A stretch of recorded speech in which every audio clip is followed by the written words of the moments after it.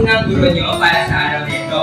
At bago tayo magsimula ay inaanyayahan ko ang lahat para tumayo dahil sisimulan natin ang ating araw sa pamamagitan ng isang panalangin. Maaari ko bang anyayahan si Ginoong Dan Gabriel Cuenco para panguluhan ang ating panalangin?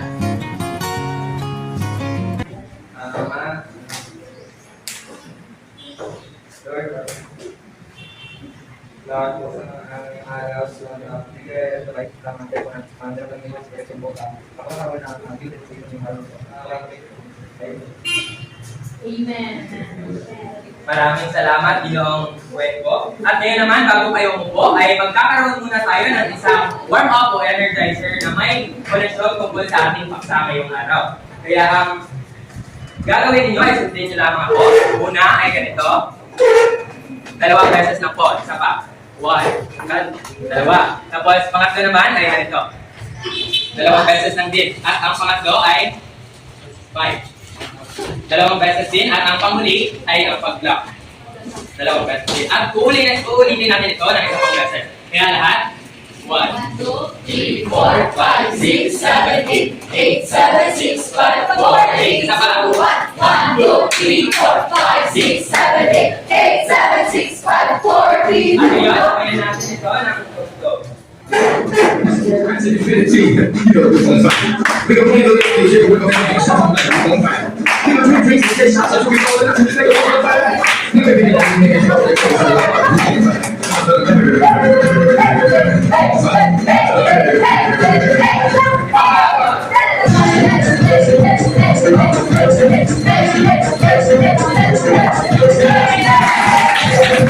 Bago kayo umupo, ay maaaring mag-iayos muna ang inyong mga upuan. At kung makita kayo ang mga kalat, ay maaaring kayo itong tulugin. Kaya sa kaligin ng klase, ay maaaring kumakitala sa isang papat na papel ang mga pangalan ng mga kaklase mong lumipan ngayong araw. At ipasa ito mamaya pagkatapos ng klase. At sa puntong ito ay magkakaroon tayo ng pagbabalik-aral tungkol sa ating natalakay kahapon. Kaya sino sa inyo ang makapagbibigay ng maikling alalahanin tungkol sa ating aral kahapon? Ginoong Ezra? Yung naalala ko lang po ay yung kalakayan natin ng hapon ay tungkol sa team sports. Kaya ang ating natalakay kahapon ay tungkol sa team sports. At ngayon naman, sino sa inyo ang makapagbibigay ng iba't ibang uri ng team sports? Yes, basketball, football, at baseball. Tama. Kaya ito ang At maliban doon, mayroon pa bang iba?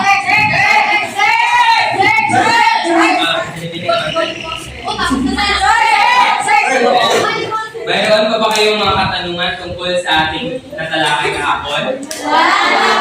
Kung wala na ay magpapatuloy na tayo sa ating talakayan ngayon. Ngayon, ikaw lang ba mayroon ako ditong inahandang pagganyak na kung saan ang gagawin nila ay hulaan nyo kung ano ang nasa larawan. Kaya sino ang makakahula sa unang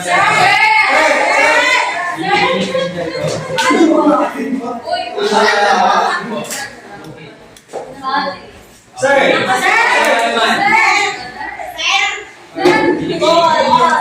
Kaya, ngayon may idea na ba kayo kung ano ang sabi ko? Kalahatan na. Okay, so ang ating paksa ngayon ay ang volleyball.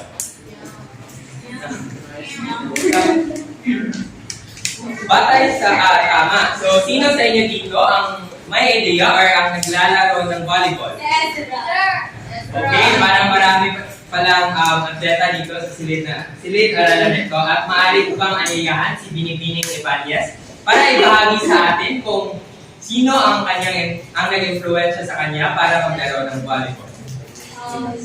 Ang mga taong nag-influensya sa akin sa paglaro ng volleyball ay ang aking coach na si Daddy Kai, kung saan inanyarahan niya ako na mag-try out at nang nakita ang aking talento at galing sa larangan ng volleyball. Yeah, maraming salamat, Binibining Ibanez. Kaya ang ating paksa para sa ngayong araw ay tungkol sa volleyball at hindi lang tungkol lang sa volleyball kundi ang pinagmulan at ang mga batayang kasanayan sa volleyball. Kaya ngayon, sabayan niyo ako para basahin natin ang layunin para ngayong araw. Isa, dalawa, tatlo, pasa. Sa puso ng kalagayan, Walong-walong puso ng Nagalot na kailangan ay magagawa. Naiawatin ang anim na pangunahing kasanayan. Natukoy ang pinagmulan ng volleyball at naisagawa ang mga pangunahing kasanayan sa volleyball. Kaya ang tatlong layunin na ito ang pagtutuunan natin ng pansin ngayong araw. At ngayon naman ay i-representa ni Binibining Jadel ang ating pagtatalakay. Magandang araw sa inyo. Magandang araw sa inyo. Magandang araw. Ayos na ba ang lahat? Ngayon na ay may gagawin tayo. Ang pamagat na gagawin natin ay isulat ang tama. Opo. Baguan nila. Teka muna. Sa gawain ito, bibigyan ko kayo ng isang larawan na may baluktutin na salita tungkol sa ating kabatayang kasanayan tungkol sa volleyball. At kailangan nyo lang ayusin ang isip upang makakuha ng tamang sagot. Isulat lang lamang ang tamang sagot sa pisara.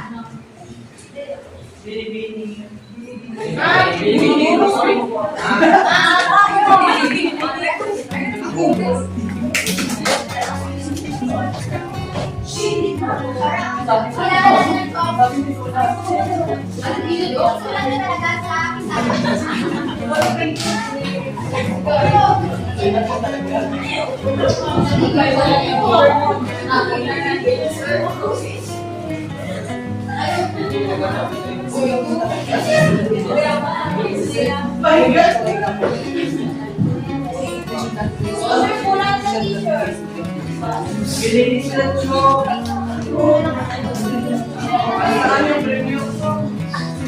May isa pa tayong kulang na pag-aaral. Sino ba ang gusto muna sa Ako! wala pa isa.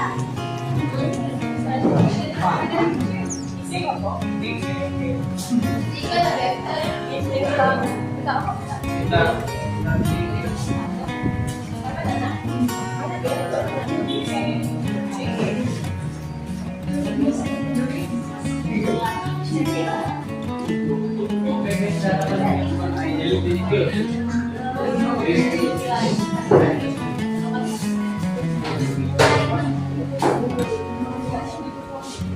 Ang lahat, sa palagay ko, ang lahat na naisinulat yung sa pisara ay tama. Yes. Pagkita ninyong basahin. Serving, passing, blocking, digging, attacking, setting.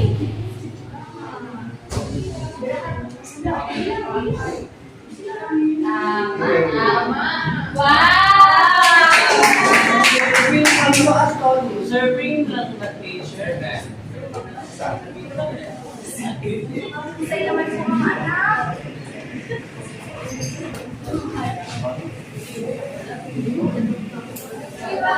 Oh. Ay,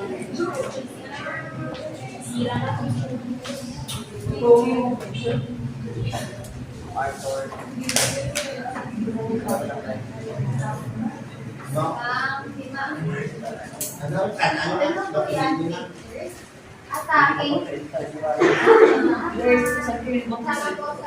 Uy, marami kami kitabuan na ha. At ang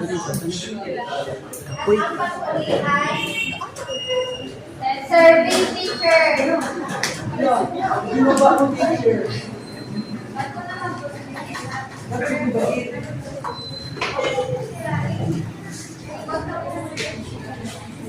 ang aling bowling sa tulad ng sa pisara ay ang aning na pangunahing kasanayan sa volleyball. Ano pala yun, teacher? Kaya bago tayo ng magpatuloy sa ating diskusyon, hayaan ninyo munang talakayin ko ang pinagmulan at kung ano ba ang larong volleyball. Noong una, tinatawag ito So, Mentonet at ang pinagmula ng volleyball ay maaaring naipasa noong 1985 sa Massachusetts sa Estados Unidos. Ito ay likha ni William G. Jordan, William G. Morgan, isang Amerikano. Ang volleyball ay isang laro ng pagkukunan kung saan ang dalawang magkatunggaling kupunan ay pinaghiwalay ng net. Tinatangka ng bawat isang kupunan na mag-score ng puntos sa pamamagitan ng pagtatama ng bola sa lugar ng kalabang kupunan alinsunod sa mga nakabarangkas na halikunin ay natutunin. At ngayon, maraming salamat sa sa ating iba. At ibigay ko ang pagtatalakay kay Brevining Moyman. Magandang umaga po sa inyo lahat. Magandang umaga po. Ako nga po pala si Binibining Girl Anunay, ang isa sa inyong magandang ngayong umaga. Kanina, idinalakay ni Binibining Tolentino ang tungkol sa kung ano nga bang pinagmula ng volleyball at sino ang nag-invento ng volleyball. So, sa ngayon, nais kong ipabatid sa inyo, nais kong ibahagi sa inyo kung ano nga ba ang pinagmula ng volleyball at ano nga ba ang mga batayang kasanayan sa volleyball. May gusto bang sumagot kung ano nga ba yung anim na pangunahing batayang kasanayan sa volleyball? Sige.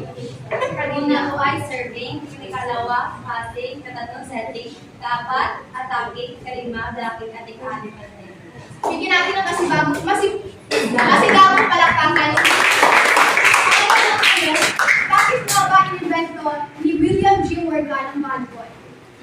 May gusto bang sumagot mula sa klase? Bakit nga ba in-invento ni William G. Morgan ang volleyball? Sige, Althea. Base sa kay William G. Morgan, kaya na-invento niya ang volleyball kung saan na binibigyan niya ang mga tao noon ng isa pang na option, kumbaga, na kung ayaw mo maglaro ng volleyball, kung ayaw mo maglaro ng sports na may involved na pisikalan, doon ka sa volleyball na kung saan mayroong net na naghihiwalay sa dalawang grupo. Magaling. Bigyan natin ng masigabong palakpakan.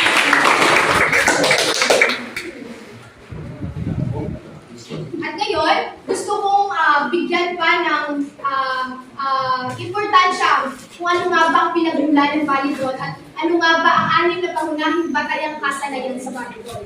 Si William G. Morgan, isang inventor ng laro ng volleyball noong, sino may alam?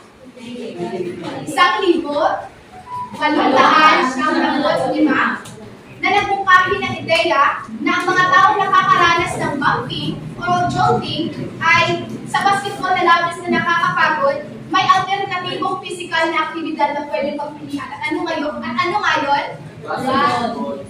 Volleyball. So, ang volleyball ay isang laro na nilalaro ng dalawang kupunan. Karaniwan ay may 6 na miyembro. 6 na manlalaro sa bawat panig na kung saan ginagamit nila ang kanilang mga kamay upang umalong ng bola pabalik-balik sa itaas ng net. Taas ng net. Sinisikap na gawin ang bola na tumama sa court sa loob ng playing area ng mga kalaban bago ito maibalik sa kabilang grupo o kalaban. Ang volleyball ay maaaring hatiin sa 6 na pangunahing aksyon na paulit-ulit na ginagawa sa buong laban. Ano nga yun? Serving, attacking, blocking. Kaya bago tayo naglaro ng volleyball, dapat muna natin malaman kung ano nga ba ang 6 na pangunahing batayang kasanayan sa volleyball. Tama ba? Oo. Sino ang makakabasa ng unang kasanayan sa volleyball? Sige, Muradas. Serving. Ang serving ay nagsisimulan ng bawat rally. Ang manlalaro ay kailangan pumalo ng bola gamit ang kanyang kamay pataas sa ibabaw ng net upang ito ay landa sa loob ng linya ng court. Ang mga manlalaro ay maaaring mag-serve ng underarm o overarm. Maraming salamat, Muradas. Bago natin simulan ang laro, ang nagsiserve ay dapat munang pumalo, nagmula gamit ang kanyang kamay pataas sa ibabaw na net. Sa sinabi kanina ni Moratas, na ang malalaro ay maaaring mag-serve ng underarm o overarm. So, pwede ba kayo tumayo at ipakita sa akin paano ka ba gagawin ang serving ng overarm at underarm? Sige, pag-serve ng underarm. Paano? Ganito. Pag-serve ng overarm. Napakadali. Maraming salamat. Bigyan niyo lang kasi bago palakpakan. Sunod, mayroon naman tayong tinatawag na passing. At sino ang gustong pumasa? Okay, Ezra. Passing, kilala rin bilang pang ginagamit ito upang tanggapin ang bola mula sa serve o tama ng kalaban pupunan. Layunin ng pagpasa ng panatilihi na sa lagaw ang bola at maghanda para sa isang atake. Maraming salamat, Ezra. Kung may nag-serve, mayroon din tumatanggap ng bola mula sa kalaban na tinatawag na receiver. Sino po ba may mga alam ng mga volleyball player na ang kanyang posisyon ay receiver or libero? Althea.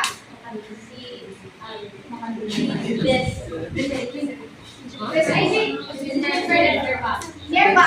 Sino pa? Yes. Sa school ng PDUBC, Tony Mariguera. Malamar Rivera.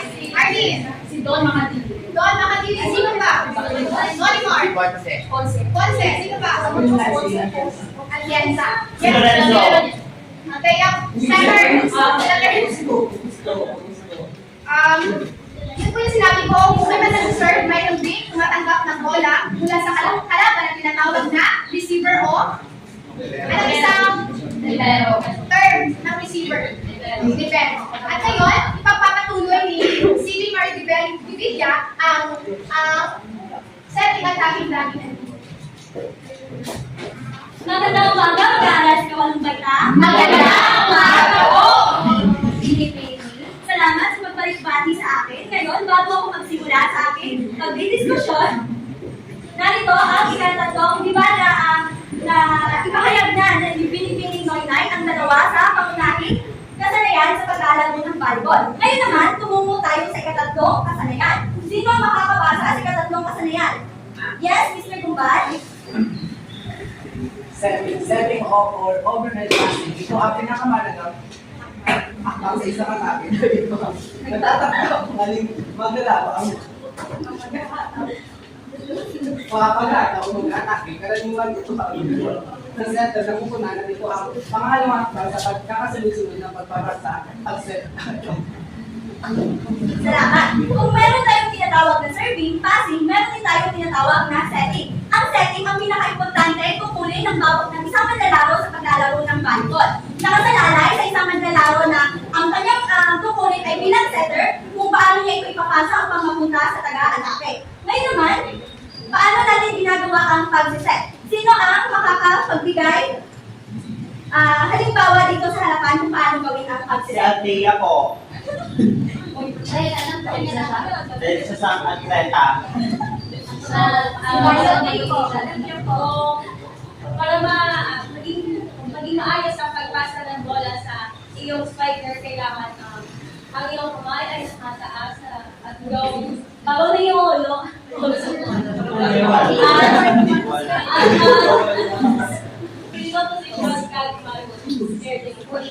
Salamat. Bigyan natin ng limang bagsak si Binibining Althea.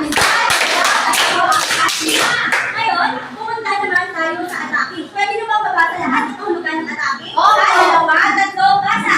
Ilalagay bilang pagkakataw ito ang manihapang sa pagkasunod-sunod ng pagpasa, pag-set, pagkakataw at ginagamit upang makakuha ng puntos. May iba't ibang paraan ng pag-atake sa bola. Ngunit ang pinakakalalimutan at laging epektibong paraan ay sa pamamagitan ng pagkakataw. Ang pagkakataw ay isang kombinasyon ng pagtalo ng pinakamasiko ng braso upang masabugin ang bola sa kanilang bahagi ng court ng kalaban. Salamat! Ang atake ay limitado lamang sa pagsiset. Para ma-atake ng isang manlalaro ng volleyball ang bola, kailangan munang iset ito ng setter at pag na-set na ito sa tamang posisyon ng setter ay doon na aatake ang pag-atake ng bola. Ang gagawin niya lang lamang upang ma-atake niya ang bola ay isa, dalawa, talon at kampas ng bola. Maaari niyo ba itong gawin? Maaari niyo ang lakad na tumayo upang gawin ang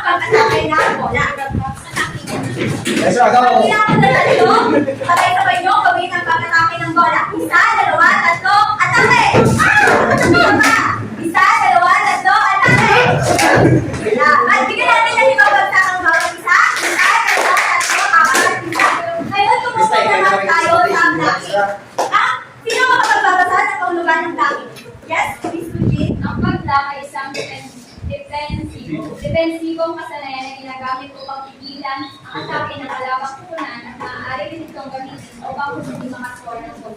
Tama. Ang pagbablock ito ang ginagawa ng mga player sa volleyball upang agapan ang pagpasok ng bola sa kanilang court kung saan makakapunto ang kalaban. At palagi natin tatandaan na kapag ikaw ay, ang pupulin mo ay ang pagpablock ng bola, hindi lang tayo dapat focus sa taga-atake dahil minsan ay meron ding mga estratehiya ang setter na akala mo ay ipapasa niya na ito sa tagapag-atake, ngunit hindi pala, ito ay idediretso niya sa inyong court. Ngayon naman, sino makapagbabasa ng kahulugan ng text? Yes, please. Ang pagdidig ay isang defensibong kasanayan na ginagamit upang miligtas ang bola mula sa pagtama sa lupa. Karaniwan ito ang ginagawa kapag ititinit sa pupunta sa manlalaro ang bola at ang pangkaraniwang pagsasagad sa ilalim ng kamay ay hindi maaaring magawa o nakamantirap gawa. Salamat. Ang tinatawag na leading, ito ang posisyon or ginagawa kung ang bola ay napakahirap na saluhin or yung tinatawag natin pagsasalo ng bola. Ginagawa ang leading sa pamamagitan ng napakalayo na ng bola at parang hahabulin mo ito sa pamamagitan ng talon at ng bola. Magaling na gawin ang leading. Kunyari na dyan yung bola at at ngayon, yan ang aming kakasanayan sa paglalaro ng volleyball. Ngayon, ibibigay ko naman ang floor sa susunod na mag-diskusyon. Muli, magandang umaga sa lahat. Magandang umaga po.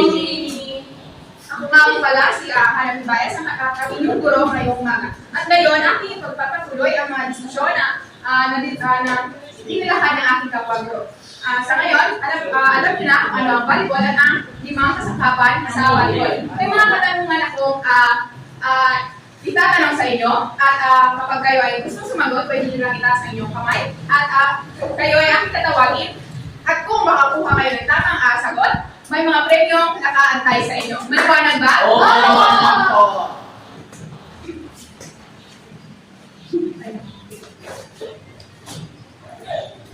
Pangunang tanong, ano ang mga bagay na natutunan nyo mula sa paksa ngayong araw?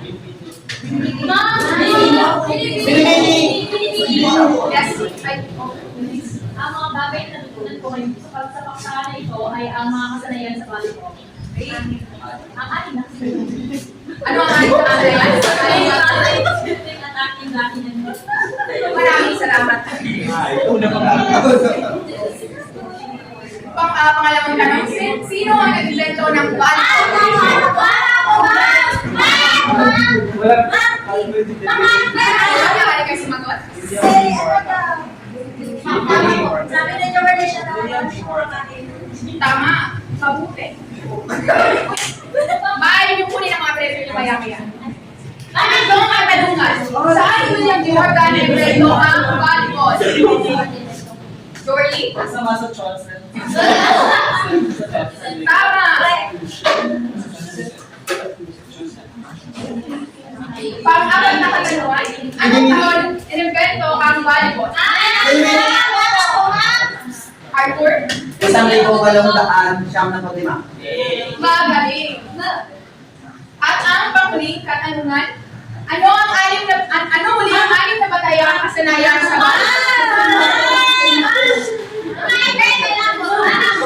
Rika? Serving, passing, setting, attacking, loving, and Magaling, maraming salamat. Kung bakit lahat ng inyong sagot, lahat ay sumagot ng masigla po, kaya inaasahan ko na may mga natutunan kayo sa paksang aming inalahad ngayong araw. Maraming salamat. At ngayon, akin ang ibigay. Yay! Maya-maya na lang. Magandang umaga ulit sa inyo mga mag-aaral sa ikawalong baita. Magandang umaga po, So sa tapong ito ay magkakaroon tayo ng isang pagkatang gawain na kung saan ay may kaakibat itong panuto na kailangan ninyo basahin. Isa, dalawa, tatlo, basa. Pagpapantay ng buong klase sa dalawang grupo at ang bawat grupo ay nagbibigay ng tamang kaganap na Pagpapalayan kasanayan sa volleyball.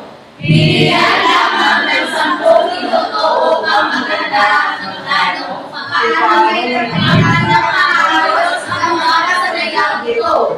Maging malikhain sa paraan ng pagkikita ng ating nakakayang kasanayan sa volleyball. Pagkatapos ng bigay o kaibigan ang paano makakatulong ang volleyball sa kapagalaran ng kaunlaran. Bago kayo magpapadating ay mayroong kriteria kung paano po kayo bigyan ng puntos.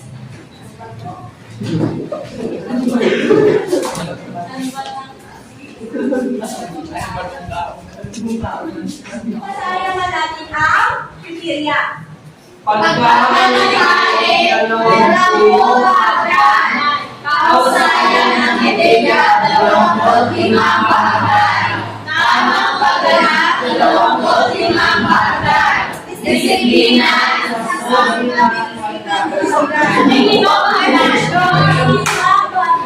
kooperasyon at 25 bahagay. Kabuuan ay 100 bahagay. Kailangan ninyo sundin ang lahat ng kriteria para makakuha kayo ng kabuuan 100 bahagyan. At sa ngayon ay makatilit ko na kayo sa dalawang pangkat. Ito ang unang pangkat at ito naman ang pangalawang pangkat. So, ang inyong gagawin ay inyo lang isagawa ang lahat ng mga 6 na kasanayan sa volleyball at i-representahan nyo ngayon pagkatapos nyo mag-i-ensayo.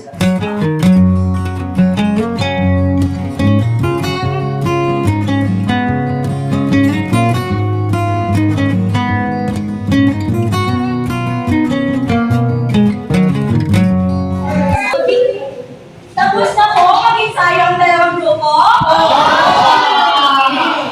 Okay, pumunta na tayo sa dahong pag-representa sa inyong mga na-ensayo. So, ang unang pangkat.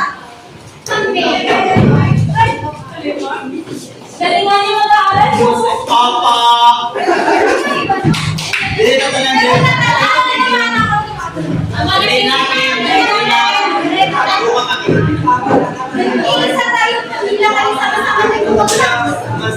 Isa lang, isa. 1, 2, 3, go!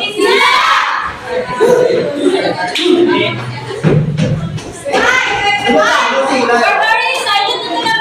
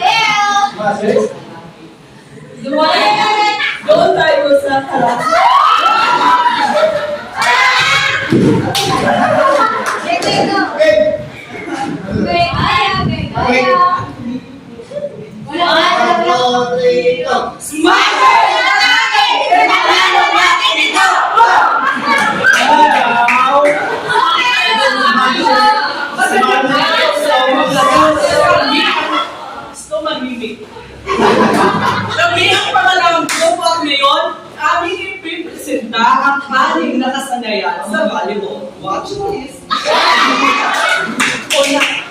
Sa pag-uumpisa, narito ang survey. Pangalawa, narito ang passing. Pangatlo, narito ang sitting. Narito ang atake! Nagsabi na Narito ang laki! tama dahil sa programa na ito ang tigil!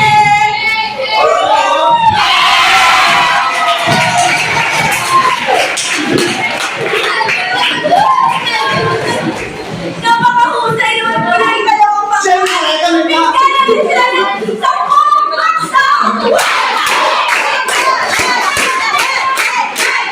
Dahil ang ginawa ng iyong pagpresenta ng maayos at napakagaling, malaki ba dito mga premyo?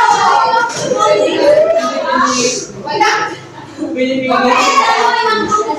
Kahit na nagpipresenta kayo ng napakahusay, may nanalo talaga.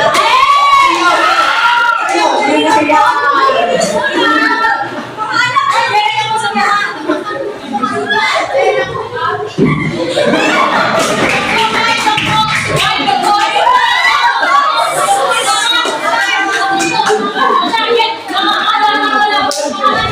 Ang nakakasunod at nakakakuha ng mataas na ay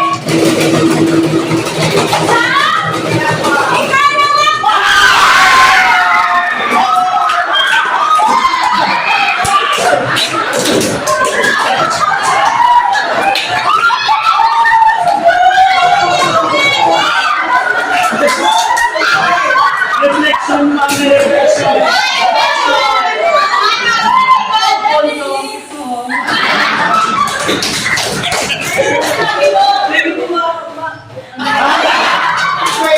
Hindi ko masabi ang lahat-lahat. Sobrang...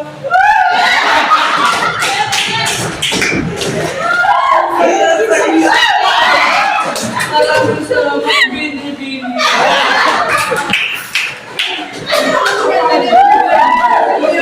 Nabibigyan na po natin ng premyo ang pinakamahusay at ngayon naman po ay may premyo pa din ang unang papat dahil mahusay na sinilala.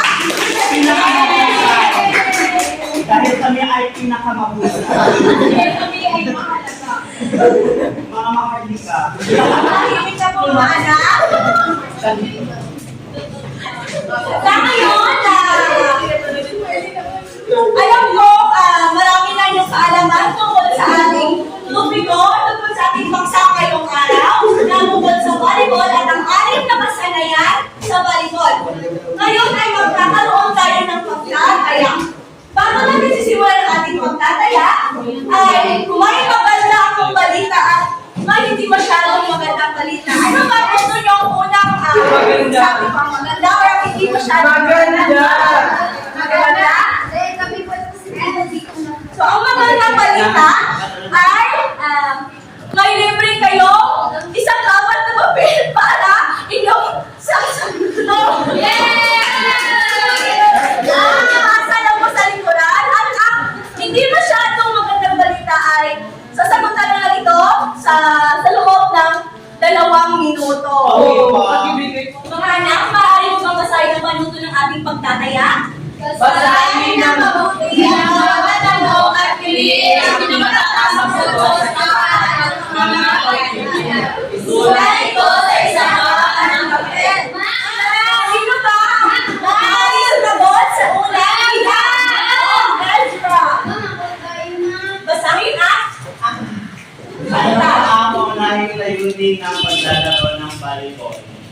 Letter ano po? Letter B po, ma'am. very good. Tamang sagot. Nasaan kayo ng Angelica?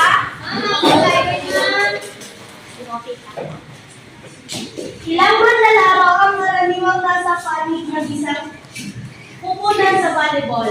Si po ani. Tama. Yung pa ang iyong sagot.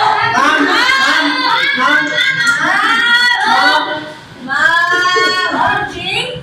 Alin sa mga sumusunod ay hindi isa sa anim na batayang kasanayan sa volleyball? Di ma'am shooting. Tumpak sa pagkagaling anak. Sa ikaapat naman na bilang.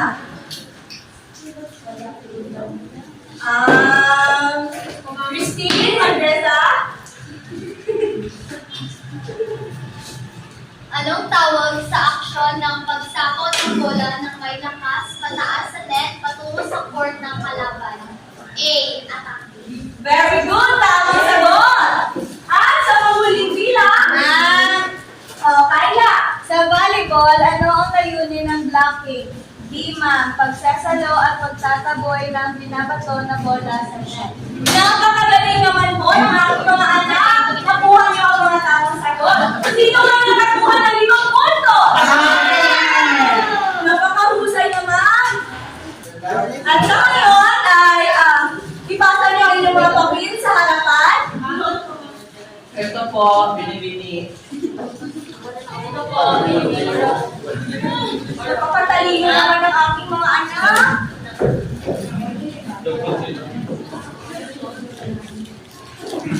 So sa puntong ito, dahil tapos na tayo sa ating pagtataya, pupunta naman tayo sa ating takdang aralin. Aralin lang. Bakit na yun?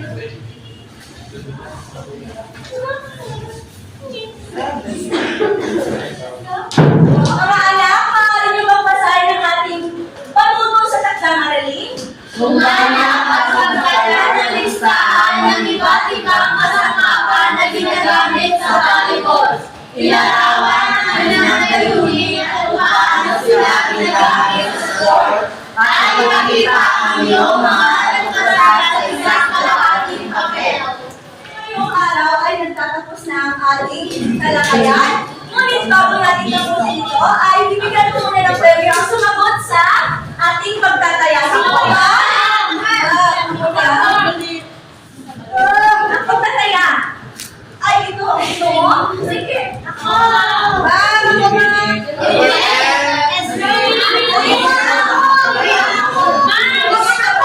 Ano pa kayo? Mga anak, masaya ba kayo sa aming premyo? Masaya din po kami sa inyong operasyon, ha? Salamat po sa inyong presensya ngayong umaga. At sa muli po, magbibigyan natin. Bye-bye!